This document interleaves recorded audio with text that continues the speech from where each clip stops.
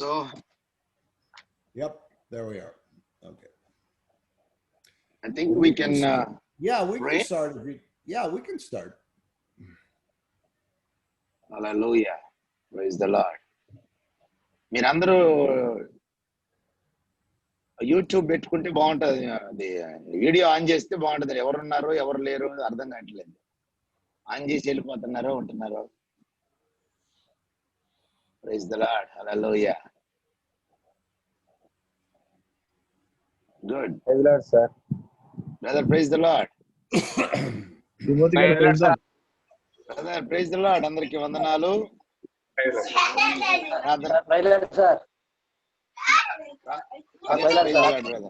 అందరికి వందనాలు. ప్రార్థన చేద్దాం. ఒకే సమయంలో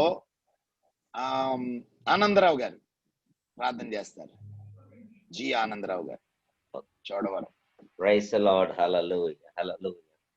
మహోన్నతుడైన మా తండ్రి యేసయ్య నీ పరిశుద్ధ నామమును బట్టి ఈ సాయంకాల సమయంలో ప్రభా మరొకసారి నీ పాదశాలలో కూడుకొని నిన్ను స్తుతించడానికి నిన్ను ఆరాధించడానికి నీ లేఖనములను దేవానైనా ధ్యానించుకోగలిగిన భాగ్యాన్ని మాకు ఇచ్చావు. అందుని బట్టి స్తోత్రాలు వందనాలు చెల్లిస్తున్నాం ప్రభు. అయా గడిచినటువంటి దినములన్నీ కాలములన్నీ కూడా మా ప్రభువా నీ సన్నిధి మాతో కూడా ఉంచి ఆనాడు ఇశ్రాయేల్ ప్రజల్ని ప్రభా ఏ రీతిగా ప్రభు నాయన వాళ్ళు చెప్పులు అరగలేదు, వాళ్ళు కాళ్ళు వాయలేదు, వారికి ఏమీ తక్కువ కాలేదు అన్న రీతిగా మమ్ములను దేవానాయన మా సమస్త నాయకులను ప్రభా తెలుగు రాష్ట్రాల్లో ఉన్న సేవకులందరినీ మీరు దీవించి ఇంతవరకు నడిపిస్తున్న మా గొప్ప తండ్రి నీకు వేలాది కృతజ్ఞతాస్తుతులు నీకు చెల్లిస్తున్నాం మా ప్రభువ. ఉదయకాలం అంతా కూడా ప్రభు నీ సన్నిధి తోడుగా ఉంచి దేవానాయన మీ దాసుడితో మాతో మాట్లాడినందుకు స్తోత్రాలు. ఈ సమయంలో తండ్రి బ్రాడ్ గారిని బట్టి స్తున్నాం. వారు బోధించబోతున్నటువంటి లేఖనాల్లో ప్రభువ మేమందరం కూడా గ్రహించినట్లుగా మనసును మాకు అనుగ్రహించండి. విని విడిచిపెట్టడం కాదు కానీ ఆ వాక్యానుసారంగా ప్రభువ నూతనమైనటువంటి దర్శనముతో నూతనమైన అభిషేకముతో నూతనమైన అనుభవంలోనికి మా పరిచయం చేయగలిగిన కృప మా అందరికి అనుగ్రహించి దేవ ఈ సమయంలో మమ్మల్ని అందరినీ కూడా మీ దయగలిగిన హస్తానికి అప్పగిస్తూ యేసు నామములో స్తుతించి ప్రార్థిస్తున్నాను తండ్రి. Amen. Praise the Lord. Hallelujah. All right. Jesus, thank you Lord.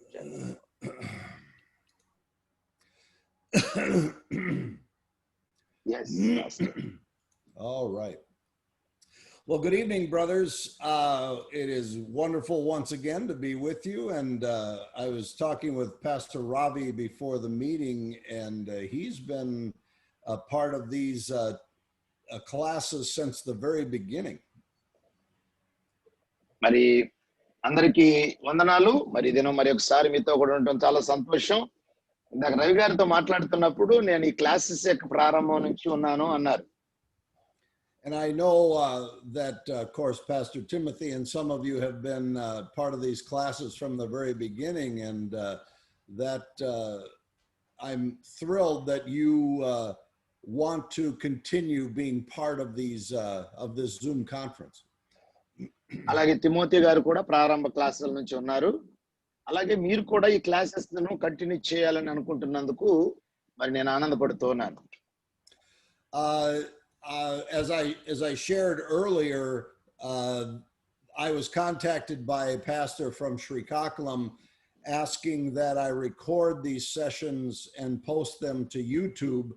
So this is the second session I'm recording, and we'll see how well it turns out, and if it can be of benefit, we'll make them available. మరి శ్రీకాకుళంలో ఉంటున్నటువంటి కట్ట Satish pastor గారు మరి message record చేసి మాకు పంపిస్తే బాగుండు అన్నారు కనుక మరి మొన్నటి చేశాను, మరి ఇప్పుడు కూడా రికార్డ్ చేస్తున్నాను. చూద్దాం అది ఎలా వస్తుందో. And the very fact that they will be translated into Telugu can at least help the Andhra and Telangana pastors. మరి తెలుగులో తర్జుమా చేయబడుతుంది కాబట్టి తెలంగాణ ఆంధ్రాలో ఉన్న పాస్టర్లకి ఇది ఉపయోగకరంగా ఉంటుందని నమ్ముతున్నాను.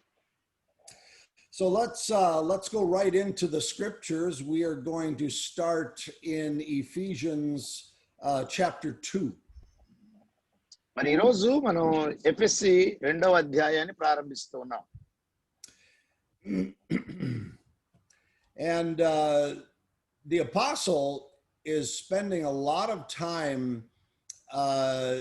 reminding the Ephesian Christians of what the Lord Jesus has done for them. మరి యేసుక్రీస్తు ఎఫెసీ సంఘస్థుల కొరకు ఏం చేశాడో అనే విషయాన్ని మనం ఎక్కువగా వింటాం. In fact, he almost seems to be establishing sound doctrine so that it can be kept available to the church. And I believe that Ephesians is a letter that was intended to be circulated amongst the churches. మరి ఈ పత్రికలో ఆరోగ్యకరమైనటువంటి బోధ మరి పౌలు చేస్తున్నాడు గనుక ఈ పత్రిక ప్రాంతంలో ఉన్నటువంటి ప్రతి సంఘంలో కూడా చదవబడాలి అని పౌలు కోరుకుంటున్నాడు. And Paul seems to focus on a couple of key themes. Of course, the redemption through Jesus Christ, the love of the Father, and the victory over principalities and powers and the demonic rulers of the air. మరి ఈ పత్రికలో చాలా అంశాల గురించి ప్రస్తావిస్తాడు. యేసుక్రీస్తు ద్వారా విమోచన ఎలా కలిగింది, తండ్రి అయిన దేవుడు మనల్ని ఎలా ప్రేమించాడు, మరి ఈ దురాత్మల పైన అంధకార శక్తుల పైన మనకు దేవుడు ఎలాగ అధికారం ఇచ్చాడు అనేటువంటి అంశాలు మాట్లాడతాడు. And another interesting thing that Paul spends a lot of time on in the letter to the Ephesians is that we as people in Christ will struggle against spiritual powers. అలాగే క్రీస్తునందు ఉన్నటువంటి మనము అంధకార శక్తులతో మనం పోరాడుతున్నాము అంటాడు. And I believe that before Adam and Eve fell into sin, I believe that the spiritual beings, the angels, and the physical beings, mankind, were all part of one population that spent time together.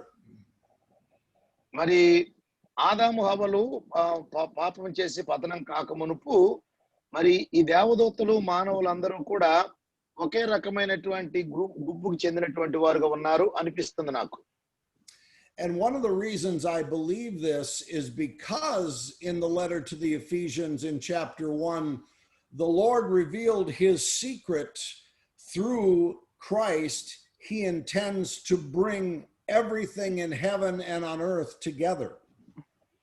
ఎఫెసీకి రాసిన పత్రిక మొదటి అధ్యాయంలో మరి ఆకాశమందున్నవి గాని భూమి యందున్నవి గాని సమస్తమును మరి ఏకముగా చేయవలెనని అనే మాట ఉపయోగించబడింది కనుక నేను అలాగ నమ్ముతూ ఉన్నాను అంతకు ముందు చెప్పిన మాట. It appears from scripture that when Adam and Eve sinned, there was a disconnect from the spiritual realm, and the Lord put up a veil between, that's the word I'm using, but put up a veil between the spiritual realm and the physical realm. ఎప్పుడైతే ఆదాము పాపం చేశాడో మరి దేవుడు ఆత్మలోకానికి భౌతిక లోకానికి మధ్యలో ఒక తెరేసేసాడు అని అనిపిస్తుంది నాకు. And for years when I would read the scriptures, I believe Peter talked about it, that the day is coming when the sky will roll up like a scroll and the elements will melt with fervent heat. I believe that when the Lord Jesus returns, there's going to be a dissolving of this veil between the spiritual realm and the physical realm.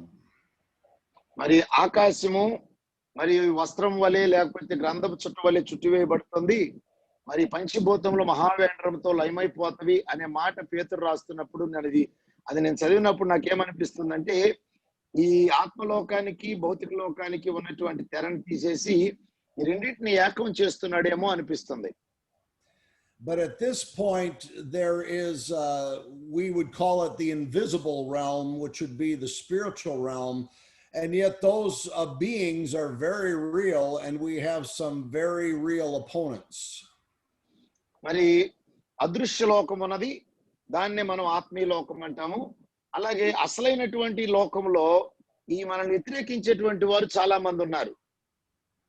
In fact, Paul tells us in this letter that our true enemy is spiritual, and we're wrestling not with flesh and blood, but we're wrestling against these spiritual powers.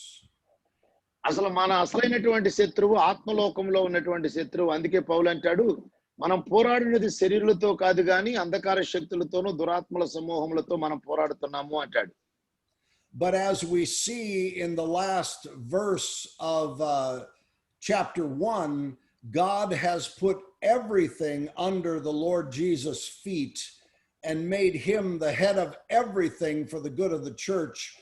So basically in Christ, we have an assured victory over these spiritual powers.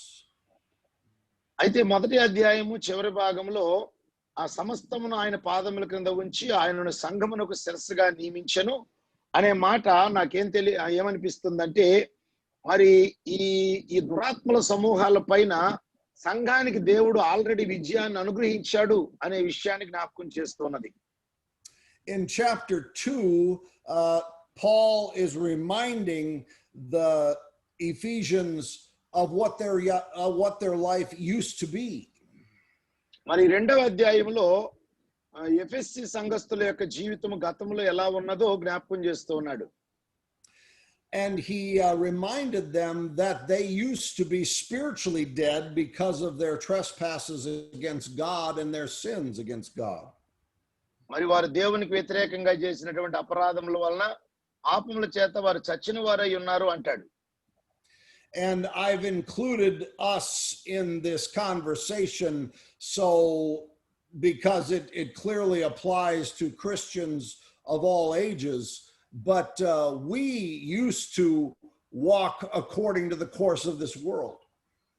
మరి ఇక్కడ ఉన్నటువంటి బోధలో మనము అనేటువంటి మాట ఉపయోగిస్తున్నాను, ఎందుకంటే ఈ పత్రిక సార్వత్రికంగా అందరికీ సంబంధించింది, ప్రభువుని నమ్ముకున్నటువంటి వారికి కనుక ఈ లోకంలో జీవిస్తున్నటువంటి మనం అందరము కూడా అలాంటి పరిస్థితుల్లోనే ఉన్నాం. But the interesting thing that Paul is teaching us is that walking according to the course of this world means that we were walking according to the prince of the power of the air. మరి ఈ ప్రపంచ ధర్మము చొప్పున మీరు మునుపు నడుచుకొనొచ్చు అంటే అర్థం ఏంటంటే, ఆ పౌలు యొక్క ఆ భావన యుగ సంబంధమైనటువంటి దేవత ఏ విధంగా మిమ్మల్ని నడిపించిందో అలాగ నడుచుకున్నారు అంటున్నాడు. And while we all know that the prince of the power of the air is Satan, I would like to just take a moment and unpack this phrase just to focus on the details of what it actually is revealing. మరి ఈ యుగ సంబంధమైనటువంటి దేవత అనేటువంటి మాట లేక ఈ ప్రపంచ ధర్మం చొప్పున అనేటువంటి మాటలో ఇమిడి ఉన్నటువంటి ఆత్మీయ విషయాలు మీకు తెరిచి చూపించాలనుకుంటున్నాను. I want you to notice first and foremost that Satan is the prince of the power of the air, not a prince. మరి ఒక విషయాన్ని గుర్తుంచుకోనండి, మరి ఈ సాతానుడు ఈ వాయుమండల అధిపతుల్లో ఒకడు కాదు, వాడే ప్రధానుడు. And he is the ruler of the power or the authority of the air. మరి ఈ వాయుమండలానికి అధిపతి, ఈ వాయుమండలం మీద శక్తిని ఉపయోగించేటువంటి వాడే. There are a couple of words that are translated power in the New Testament. One of them we are familiar with is dunamis, which means ability, but this one is exousia, which tends to mean more authority. మరి వాస్తవంగా ఆ power అనేటువంటి మాట ఆ ఎబిలిటీకి సూచనగా ఉన్నది. ఇక్కడ ఎక్సూసియా అనేటువంటి పదం ఉపయోగించబడింది పవర్ కి. వాస్తవంగా అది పవర్ కాదు, శక్తి కాదు, అది అధికారం. So the phrase power of the air means the authority of the air, and that word air simply means atmosphere. మరి ఈ వాయుమండల అధిపతి కరెక్ట్, తెలుగులో బాగానే ఉంది, అధిపతి అంటే అధికారం గలవాడని. ఈ వాయుమండలము అంటే మన చుట్టూ ఉన్నటువంటి వాతావరణం. And brothers, if we're talking about the atmosphere, then the Bible refers to that as the first heaven, if you will. మరి ఈ వాయుమండలము మొదటి ఆకాశము అని అనుకోవచ్చు, ఒకవేళ మీరు అనుకోవాలంటే. So the first heaven would be, in my understanding, everything under the ozone layer, everything within our atmosphere is considered the first heaven. మరి ఈ ఓజోను పొర కింద ఉన్నటువంటి మన కంటికి కనబడేటువంటి ఈ ఆకాశము మొదటి ఆకాశము అని నేను నమ్ముతున్నాను. And Paul's statement here reveals that there is an authority in the air around the earth, and Satan is the prince of that authority. మరి ఈ భూమి చుట్టూ ఉన్నటువంటి ఈ వాతావరణంలో అంటే ఈ వాయుమండలానికి ఒక అధిపతి ఉన్నాడు, వాడే సాతానుడు. And then later on in Ephesians 6, we're going to be considering the armor of God, and our opponents are principalities and powers and rulers of darkness in high places. మరి మనం 6వ అధ్యాయంలోకి వెళ్ళినట్లయితే సర్వాంగ కవచాన్ని గురించి మనం తర్వాత నేర్చుకోబోతున్నాము. మరి అక్కడ ఆ ప్రధానులు ఉన్నారని, అంధకార శక్తులు, అధికారులు, లోకనాథులు, ఆకాశ మండలంలో ఉన్న దురాత్మలు ఉన్నారని అంటాడు. And you will recall that the Lord Jesus even pointed out that Satan has a kingdom, because he said if Satan casts out Satan, his kingdom would fall apart. మరి యేసు ప్రభు కూడా సాతానుడికి రాజ్యం ఉన్నది అన్నట్టుగా మాట్లాడాడు. ఎందుకంటే మరి సాతానుడు సాతానుడిని వెళ్ళగొడితే అపవిత్రాత్మ మరి యొక్క అపవిత్రాత్మ వెళ్ళగొడితే వాడి రాజ్యం ఎలా నిలుస్తుంది అంటాడంటే రాజ్యం ఉందని ప్రభు అంగీకరించాడు. And Jesus himself referred to Satan as the ruler of this world when he told his disciples, now the ruler of this world is judged and he is cast out. అలాగే యేసు ప్రభు శిష్యులతో మాట్లాడుతూ, ఇదిగో లోకాధికారికి తీర్పు జరుగుతూ ఉన్నది, వాడు ఇప్పుడే పడత్రోయబడ్డాడు అంటాడంటే వాడు లోకాధికారి అని ప్రభు కూడా శిష్యులతో చెప్పాడు. And as many other concepts in the scriptures teach us that whatever God considers completed is not always accomplished immediately, Satan is still free to rule the earth and all the disobedient, and he still has control over the earth. మరి దేవుడు ఏమైతే ఉద్దేశించాడో దాన్ని తప్పకుండా నెరవేర్చుకుంటాడు. అయితే ఆయన వెంటనే నెరవేర్చకపోవచ్చు, ఎందుకంటే ఈ కాలంలో సాతానుడు దేవుని కార్యాలను వ్యతిరేకిస్తాడు కనుక దేవుడు కూడా సాతానుడు వ్యతిరేకించడానికి అనుమతిస్తూ ఉన్నాడు. జరగటం అయితే వాస్తవం, గాని అది ఎప్పుడు అనేటువంటిది కాలం దేవుని చేతిలో ఉంది. And my heart is telling me to emphasize just one last time that there is a hierarchy of evil beings deployed in the air around the earth. మరి ఒకసారి చివరిగా మరి ఒకసారి చెప్పాలని అనిపిస్తుంది నాకు. వాస్తవంగా ఈ వాయుమండలంలో ఒక ఉన్నతమైనటువంటి స్థాయిలో ఉన్నటువంటి దురాత్మలు ఉన్నవి. అవి ఈ యొక్క వాయుమండలాన్ని బహుగా పాడు చేసినాయి. And according to Daniel's revelation, we find that these evil beings seem to be associated with nations and regions and cities and so on. మరి దానియేలు గ్రంథం ప్రకారముగా ఈ వాయుమండలంలో ఉన్నటువంటి ఈ దురాత్మలు మరి దేశాలతోనూ, అంటే దేశాలతో దేశాధిపతులతోనూ, మరి ఆయా ప్రాంతాధిపతులతోనూ, మరి పట్టణంలో అధిపతులతోనూ మరి ఏకీభవించినాయని, వాటిని ఏలుతున్నాయని మనకు అర్థమవుతున్నది. For instance, when Gabriel came to Daniel, he said that he was detained by the prince of Persia. మరి గబ్రియేలు దేవదూత దానియేలు దగ్గరకు పంపబడినప్పుడు దానియేలుతో అంటాడు, ఈ పారసీక రాజ్యాధిపతి నన్ను ఎదిరించాడు అంటాడు. And then he revealed that he would not have been released had not Michael, the archangel over the nation of Israel, had come to help him. మరి ఇశ్రాయేలు రాజ్యాధిపతి అయినటువంటి సైన్యాధిపతి అయినటువంటి మిఖాయేలు వచ్చి నాకు సహాయం చేశాడు అంటాడు.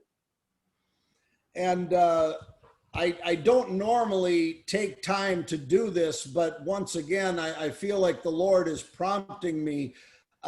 There are, we call them demonic forces. They'd be fallen angels, they'd be demons, unclean spirits, but they are deployed against your cities and your villages. మరలా దేవుడు మీతో చెప్పాలనేటువంటి ప్రేరణ నాకు కలిగిస్తున్నాడు కాబట్టి ఈ విషయాన్ని చెబుతూ ఉన్నాను. మీ పట్టణాలని, మీ నగరాలను, మీ గ్రామాలను పాడు చేస్తున్నటువంటి దురాత్మ సమూహాలు ఈ వాయుమండలంలో ఉన్నవి. And those are they which you battle against in prayer, but it's not just prayer. There's the armor of God to withstand them. There's the word of God to use against them. And clearly we have the authority of Christ on our side, so we have victory over these forces. మరి ఈ శక్తులకు వ్యతిరేకంగా మనము సర్వాంగ కవచాన్ని ఉపయోగించాలి, దేవుని యొక్క వాక్యాన్ని ఉపయోగించాలి. అలాగే మరి క్రీస్తు అనుగ్రహించేటువంటి ఆ యొక్క ఆ శక్తిని మనం ఉపయోగించి వాటిని బంధించవలసినటువంటి వారమై ఉన్నాం. And some of you may have had curses cast upon you by Hindu priests or other shamans or something like that. And I want to share with you testimonies of people who have come out of the occult and they have recognized that curses against Christians generally don't work. They tend to fall flat and don't accomplish anything. మరి కొన్నిసార్లు ఇతర మతస్థులైనటువంటి వారు లేకపోతే తాంత్రికులు, మాంత్రికులు దేవుని బిడ్డలకు వ్యతిరేకంగా ఏవైనా శాపాలు పెట్టొచ్చు. అయితే ఈ కల్టిక్ నేచర్ నుంచి బయటపడినటువంటి వారు చెప్పిన విషయం ఏంటంటే అవేవి కూడా క్రైస్తవుల మీద పనిచేయవు అంటారు. So just remember that he that is in me and you is greater than he that is in the world. అయితే ఒక విషయాన్ని మనం గుర్తుంచుకోవాలి. నీలోను నాలోను ఉన్నటువంటి వాడు లోకంలో ఉన్నవాని కంటే గొప్పవాడు. And of course, from Luke chapter 10, we're reminded that the Lord told his disciples that he gave them authority to tread on snakes and scorpions, which are representative in that day of demon forces. So we have authority not only to resist them, but to tread on them under our feet and to overcome all the power of the enemy. అయితే లూకా సువార్త 10వ అధ్యాయంలో మీకు సర్పముల పైనను అలాగే ఈ తేళ్ల పైన మీకు అధికారం ఇచ్చి ఉన్నాను అని అంటాడు. అంటే మనం రాబోయేటువంటి దినాల్లో మన పాదాల కింద తొక్కబోయేటువంటి సాతాను యొక్క శక్తులను ఇవి సూచిస్తున్నవి గనుక ఈ సాతాను బలమంతటి పైన దేవుడు మనకు అధికారం ఇచ్చాడు. And Paul reminds the Ephesians that they had at one time walked according to Satan's, I guess, influence. And we must remember, though, that Satan has locality because he's not everywhere present. He's a created being. Therefore, the spirit that is at work in the sons of disobedience is basically one of his deployed demons or unclean spirits.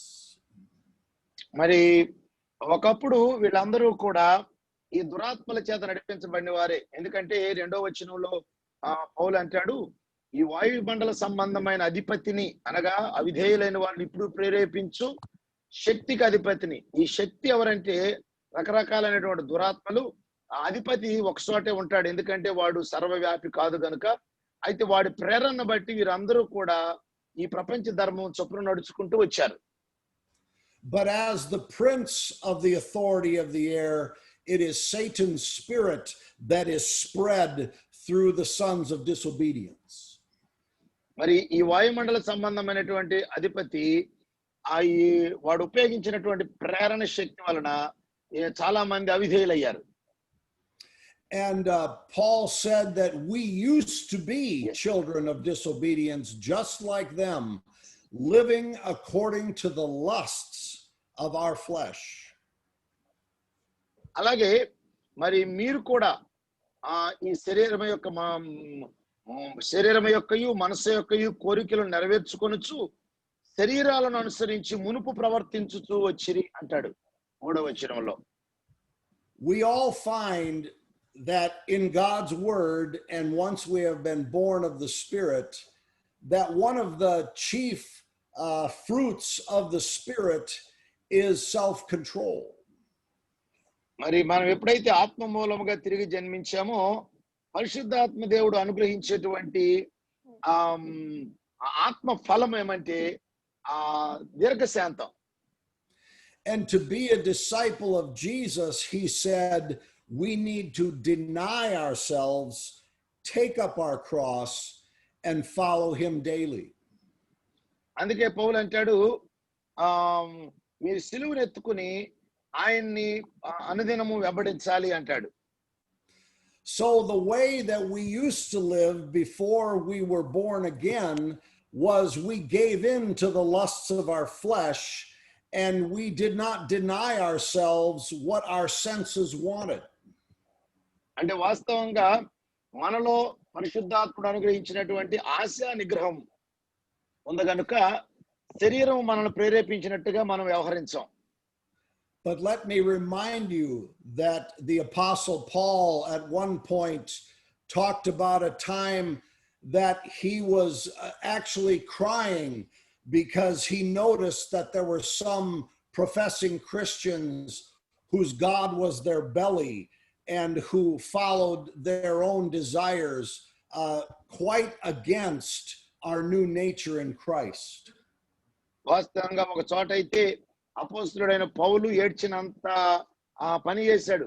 ఎందుకంటే ఆ ప్రజలు వారి శరీరానుసారంగా జీవిస్తూ ఉన్నారు గనుక తనంటాడు వారి కడుపే వారి దేవుడు అని ఆక్రందన చేశాడు. And brothers, this is why we are taught to get our lusts under control. And you may say, well, I thought I was a new creature in Christ. And we are, but we still have to obey the Lord's commands. మనము మన శరీర కోరికలను వాస్తవంగా మనము ఆత్మ అదుపులో ఉంచాల్సి ఉన్నది. మనం అనొచ్చు యేసు ప్రభుని నమ్మినప్పుడు నేను నూతన వ్యక్తిని అయిపోయాను కాబట్టి ఇంకేమీ చేయనవసరం లేదు అనుకోవద్దు. వాస్తవంగా అది వాస్తవమే, మన నూతన వ్యక్తులు అయ్యాం. అదే సమయంలో మనము దేవుని యొక్క వాక్యానికి విధేయులం కావాలి. Unfortunately, our bodies are not redeemed yet, and our cravings are still there. And any legitimate desire of our body can be turned into sin by overdoing it. మరి వాస్తవంగా మన శరీరాలు ఇంకా విమోచించబడలేదు కాబట్టి శరీరము తప్పకుండా కోరికలు కలిగి ఉంటుంది. ఆ కోరికలు అధికమైపోతే ఏమవుతుందంటే మనం పాపం చేయడానికి అవకాశం ఉంటుంది. And so the apostle reminded the Ephesians that when they did not deny their flesh and they gave in to what their senses desired, by nature they were destined for wrath, just like all of the children of disobedience. మరి అందుకే పౌలు అంటున్నాడు ఇక్కడ, మరి వారు మానసేచ్ఛలు అంటే మనసు కోరినట్టుగాను శరీరం యొక్క ఇచ్చలను వారు అనుసరించి స్వభావ సిద్ధంగా వారు దేవోగ్రతకి పాత్రులై ఉన్నారు అంటున్నాడు. And I want for a moment you to consider what this world was like back pardon me. వాస్తవంగా లోకము అసలు ఎలా ఉన్నది అనే విషయాన్ని ఒకసారి మనం ఆలోచిద్దాం. I want you to consider what this world was like back in Genesis chapter 6 before the flood. I believe it was a time of unbridled lust. I believe it was a time of the manifestation of the demonic and chasing after the demonic. I believe it was a time of just living according to flesh. మరి జలప్రళయం రాకముందు 6వ అధ్యాయంలో లోకం ఎలా ఉందో ఒకసారి మనం ఆలోచించేస్తే నేను నమ్ముతూ ఉన్నాను వారందరూ కూడా ఇష్టానుసారంగా జీవిస్తూ ఉన్నారు, పాపేచ్ఛలతో జీవిస్తున్నారు. మరి సాతాను శక్తులు మరి వారిని నడిపిస్తున్నటువంటి పరిస్థితుల్లో ఉన్నారు. వారి ఇచ్ఛలు వారిని నడిపించినట్టుగా మనం చూస్తూ ఉన్నాం. And the Lord's response was to destroy the world with a global flood. మరి కాబట్టి దేవుడు గొప్ప జలప్రళయం మరి భూమి మీద తెప్పించి భూమిని ముంచేయాలనుకున్నాడు. But not everybody. అయితే ప్రతి ఒక్కరిని కాదు. The Lord saved 8 people out of the entire world's population. అయితే ఆ భూమి మీద ఉన్నటువంటి జనాంగం అంతట్లో నుంచి 8 మందిని ప్రభు రక్షించాడు. Now, brothers, we all know that 8 people compared to the billions that were on the planet at that time seems very minuscule. మరి ఆ కాలంలో మరి ఆ భూమి మీద ఉన్నటువంటి లక్షల మంది జనాంగాలతో మనం పోల్చుకుంటే రక్షించబడినటువంటి 8 మంది చాలా కొద్ది జనాంగం అని చెప్పాలి. But remember that the Lord told us that the road to destruction is broad and winding and many people are on it. అయితే ప్రభు చెప్పాడు కదా నాశనమునకు పో మార్గము విశాలమైన మార్గమని. And the road to life is straight and narrow and only a few find it. అయితే జీవమునకు పో మార్గము ఇరుకు మార్గము అది తిన్నని మార్గము దాన్ని కనుగొనేవారు కొద్దిమంది. And I'm reminded of a time that the disciples said to the Lord, well, who then can be saved? అయితే శిష్యులు అంటారు ప్రభు అలాగైతే ఎవరు రక్షించబడతారు? And Jesus said, with men it's impossible, but with God all things are possible.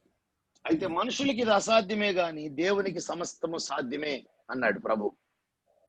And brothers, I think that we need to be reminded of how great a love the Lord has shown us by rescuing us from our cursedness under sin.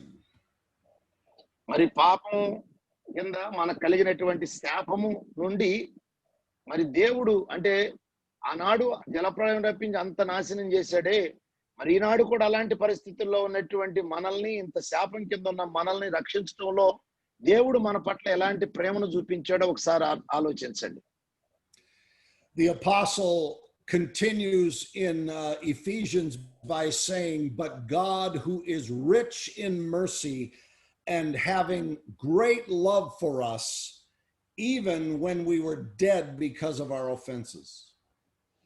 మరి 4వ వచనంలో అంటాడు దేవుడు కరుణా సంపన్నుడయ్యుండి అంటే కరుణ చూపటములో ఐశ్వర్యవంతుడయ్యుండి మనం అపరాధముల చేత చచ్చిన వారమై ఉన్నప్పుడు సైతము మనల్ని ఆయన రక్షించాడు అంటాడు. And Paul expands on this by saying to the Romans that we were also God's enemies. So we're God's enemies and we're dead spiritually because we're in our sins. మరి రోమా పత్రికలో అయితే దాన్ని కొంచెం ఎక్స్ప్లెయిన్ చేస్తూ అంటాడు మనము శత్రువులమై ఉండగా పాపముల చేత చచ్చిన వారమై ఉండగా అంటాడు. ఎందుకంటే మనము పాపం కింద ఉన్నాం మనం. But even in the midst of our wicked estate, God gave us the faith to believe the gospel and he made us alive together with Christ. ఇలాంటి దుర్మార్గపు స్థితిలో ఉన్నటువంటి మనకు దేవుడు తన యొక్క విశ్వాసాన్ని అనుగ్రహించి ఆయన యందు విశ్వాసం ఉంచడం ద్వారా మనల్ని రక్షించుకున్నాడు. And of course, this is that important passage in Ephesians chapter 2 where we are reminded it is by grace we have been saved. మరి ఇది జరగటానికి కారణం ఏంటంటే ఆయన యొక్క కృప చేత విశ్వాసము ద్వారా మీరు రక్షించబడ్డారు అంటాడు. And not only did God make us alive together with Christ, he also raised us up together with him and seated us with him in heavenly places. మరి క్రీస్తుతో పాటు మనల్ని బ్రతికించడమే కాకుండా ఆయన క్రీస్తుతో పాటు మనల్ని లేపి పరలోకమందు ఆయనతో కూడా కూర్చుండబెట్టాడు. Brothers, I believe it is sound doctrine to believe that in Christ we are seated at the right hand of the Father in heaven. మరి మనం అందరము కూడా తండ్రి కుడి పార్శ్వమున కూర్చోబెట్టబడ్డాము అన్నటువంటిది ఆరోగ్యకరమైనటువంటి బోధ. And that is why the letter to the Hebrews can tell us that we can enter the very presence of God, the throne room of God, with boldness to find mercy to help us in our time of need. ఆ కారణానే మన యొక్క ఆపదలో కష్టకాలంలో తండ్రి యొక్క కృపాసనం యొద్దకు వెళ్ళటానికి మనకు ధైర్యం కలిగింది. And the very fact that we need mercy indicates that we are still struggling with a fallen, sinful nature, and we stumble and we need God's gracious mercy. మరి ఆ కరుణను మనం పొందుకోవటానికి ఆయన పాదాల యొద్దకు ఎందుకు వెళ్తున్నామంటే మనం ఇంకా శరీరంలో ఉన్నాం కనుక మనం పోరాడుతున్నాం. ఇలాంటి పోరాటంలో జయం పొందడానికి దేవుడు చూపించేటువంటి కృపను బట్టి తాను చూపించేటువంటి కరుణ మనందరికీ కావాలి. And this great grace on God's part displays through the coming ages the limitless riches of his gracious kindness shown to us through Christ Jesus. మరి యేసుక్రీస్తునందు ఆయన మనకు కనపరిచినటువంటి ఈ కృపా మహిమకు కీర్తి కలగాలనేది దేవుని యొక్క ఉద్దేశము. ఆ కృపను మనకి రాబోయే దినాల్లో దేవుడు కనపరచబోతున్నాడు. అప్పుడు ఆయన కృపా మహిమకు కీర్తి కలుగుతుంది. You know, there are many times after reading some of Paul's writings that I feel like he uses so many words. Why does he use so many words to say something that I consider rather direct and simple? మరి పౌలు ఆ పత్రిక చదువుతున్నప్పుడు ఇన్ని పదాలు ఎందుకు ఉపయోగించాడు? Direct ఒక ముక్క చెప్పేయచ్చు కదా అనుకున్నాను నేను చాలా సార్లు. But I think the reason he does that is because when you begin to understand the vastness of God's love, grace, and mercy, you can't describe it with simple, short words. There's just more and more praise that comes from your heart, because it's not enough to say God is gracious. He is limitless in his grace. He is rich in his grace. And we have all experienced it. మరి దేవుడు కృప చూపించాడు మన పట్ల అని చెబితే చాలా తేలిగ్గా ఉంటుంది. కానీ ఆ పదాలు పౌలు ఎందుకు ఉపయోగించాడంటే ఆ కృప యొక్క ఐశ్వర్యము లేదా ఆ కరుణలో ఉన్నటువంటి సంపద, ఆయన అంతరంగం యొక్క విశాలత అంతా కూడా మనం అర్థం చేసుకోవాలని ఆ పదాలు ఉపయోగించుతున్నప్పుడు ఆయన అంతరంగంలో నుంచి పొరులు వచ్చినటువంటి ఆయన యొక్క విశాలమైనటువంటి ఆలోచన బట్టి మనం ఆయన స్తుతించాలి అనేది పౌలు యొక్క ఉద్దేశం. వాస్తవంగా మనం ఆ కృపను మనం అందరం కూడా అనుభవిస్తూ ఉన్నాం. And of course, we all know the passage that by grace we are saved through faith, and that not of ourselves, it is a gift of God, so that none of us can boast. మరి మనందరం కూడా విశ్వాసం ద్వారా కృపచేతను రక్షించబడ్డాం కనుక మనం ఎవరము కూడా అతిశయపడటానికి వీల్లేదు. All of us are God's masterpiece, created in Christ Jesus for good works, and God created those works beforehand to be our lifelong vocation and way of life. మరి మనము వాటి యందు నడుచుకోవాలని దేవుడుగా ముందుగా సిద్ధపరిచినటువంటి సత్క్రియలు చేయటానికి మనము క్రీస్తు యేసునందు సృష్టించబడిన వారమై ఆయన చేసిన పని అయి ఉన్నాం. So let me reiterate the word of God. This is not an opinion on my part. This is not an effort to encourage you. I'm simply going to state the scripture to you and pray that you will apply it. You are God's masterpiece. మరి ఇక్కడ ఉన్నటువంటి ఈ మాటల్ని నేను ఒక మొక్కలో మీకు చెప్పాలనుకుంటున్నాను. ఈ మాట ఏదో ఒక సలహాగా మీకు చెప్పటం లేదు, ఏదో ఒక చిన్న విషయంగా చెప్పటం లేదు, కానీ వాస్తవంగా సత్యం అని నిశ్చయితతో చెబుతున్నాను. అదేంటంటే నీవు దేవుడు చేసినటువంటి చేతి పని అయి ఉన్నావు. ఆయన తన చేతులతో ఇష్టపూర్వకంగా చేసుకున్నటువంటి వ్యక్తి అయి ఉన్నావు. So brothers, as God's masterpieces, we are to live before him in peace and trusting him for the forgiveness of our sins and watching over us on a daily basis, taking us to the very end so we can stand before him without fault and with great joy. We are a privileged, peculiar people. మనము ఆయన చేసిన చేతి పని అయి ఉన్నాం కాబట్టి మరి ప్రభువు ఎప్పుడూ కూడా నిన్ను చూస్తూ ఉన్నాడు. తను ఏ ఉద్దేశంతో చేశాడు ఆ ఉద్దేశం వైపు నడిపిస్తున్నాడు. ఆయన ఉద్దేశించిన దాన్ని మరి నీకు కాకోకుండా మనం ఆయనకు ప్రత్యేక జనముగా ఉండటానికి ఏర్పాటు చేసుకున్నాడు కనుక దాన్ని ప్రత్యేకంగానే చూస్తూ ఉన్నాడు. And something else I find interesting is that Paul spent a long time teaching these Ephesians how they are now brought near to God just like the Jews. మరి పౌలు ఆ ఎఫెసీ ప్రజలతో మాట్లాడుతూ యూదుల వలె వీరు కూడా ఏ విధంగా దేవునికి సమీపస్తులుగా తీసుకురాబడ్డారో అనేక విషయాలు వారికి ముందుగా బోధించాడు. And what we find through the scriptures is that there was a hostility that had arisen between Jew and Gentile. అందుకే ఈ లేఖనంలో అంటున్నాడు మరి అన్యులకి యూదులకి మధ్య ఒక భేదం ఉన్నది, అనగా విరోధ స్వభావం ఉన్నది. And I think we can see a similar struggle between those who are the disobedient in the world and us as we strive to follow the Lord Jesus. మరి లోకములో ఉగ్రత కింద ఉన్నటువంటి ప్రజలకి యేసుని వెంబడించడంలో మనము ఇబ్బంది పడుతున్నటువంటి మనకి వారికి ఏ విధమైన తేడా ఉందో, but the hostility that arose between Jew and Gentile was the Jews considered themselves God's people, and everyone who wasn't a Jew was considered a pagan.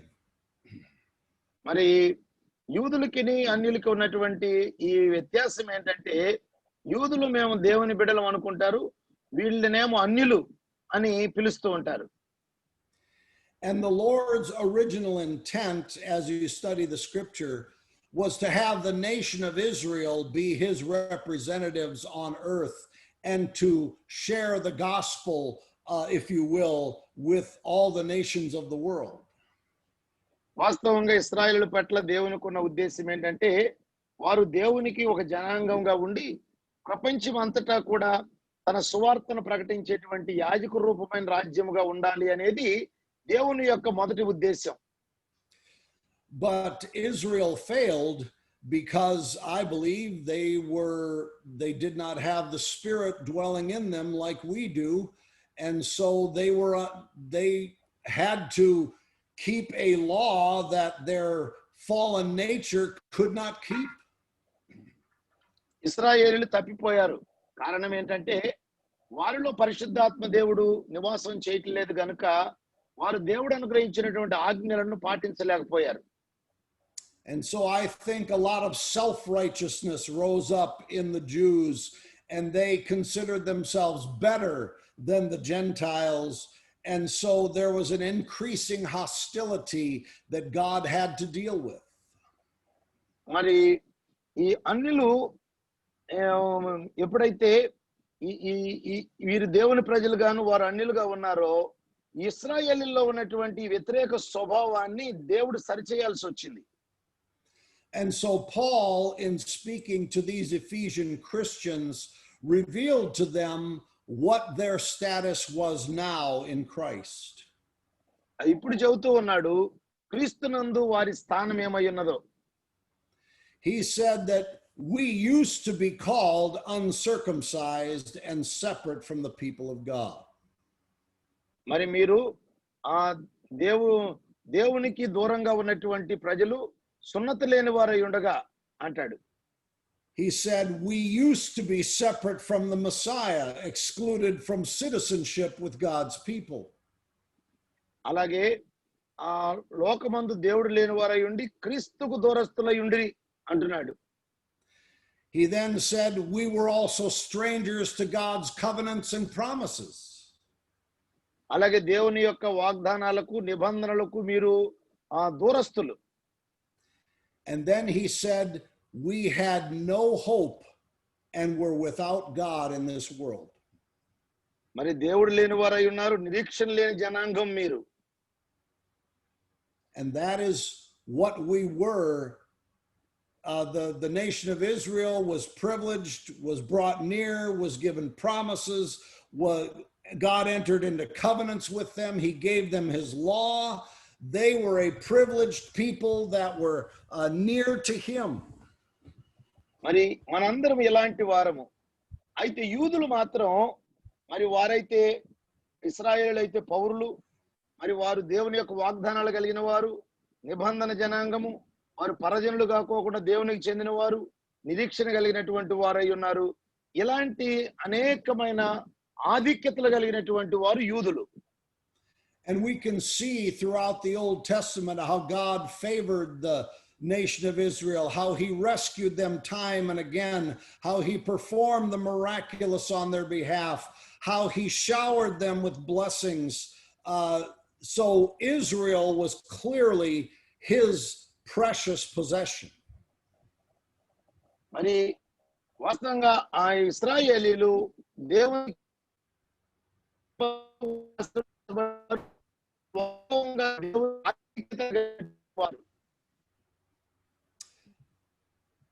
You were breaking up, Pastor, and there was very little that I could hear.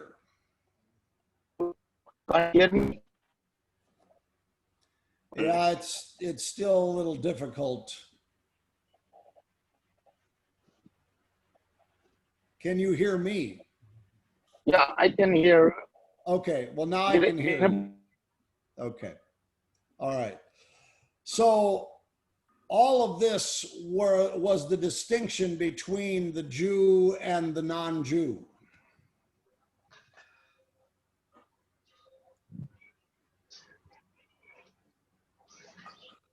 Me voice cut అయింది sir. Yeah, we can't hear you, Pastor.